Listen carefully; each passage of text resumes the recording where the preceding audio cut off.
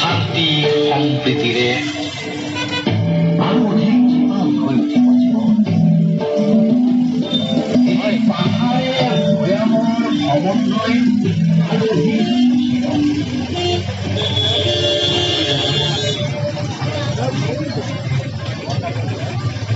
প্ৰখ্যাত নাট্য দলে অংশগ্ৰহণ কৰাৰ লগতে ইতিমধ্যে গম পাইছেই যে আমাৰ দ্বিতীয় বৰ্ষৰ পাদদেশীয় ৰাষ্ট্ৰীয় নাট মহোৎসৱ আৰম্ভ হ'বলৈ গৈছে।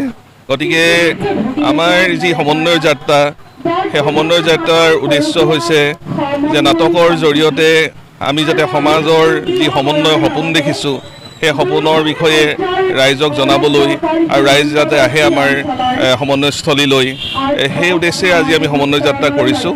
আমি আশা ৰাখিছোঁ এই সমন্বয় যাত্ৰা ভৱিষ্যতৰ দিনত এক অবিৰতভাৱে এক সমন্বয় প্ৰক্ৰিয়ালৈ ৰূপান্তৰিত হওক।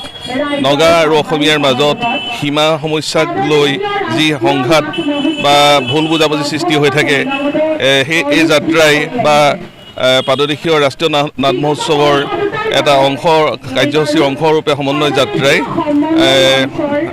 সঁচা অৰ্থত সমন্বয় সাধন কৰিবলৈ সফল হওক, সেয়া আশা কৰিছোঁ। এই মুহূৰ্তত ইতিমধ্যে আমাৰ সমন্বয় যাত্ৰাত আজি নগা ভাই ভনীসকল অংশগ্ৰহণ লৈছে, আমাৰ সীমান্তবাসী গাঁৱৰ ৰাইজে অংশগ্ৰহণ কৰিছে।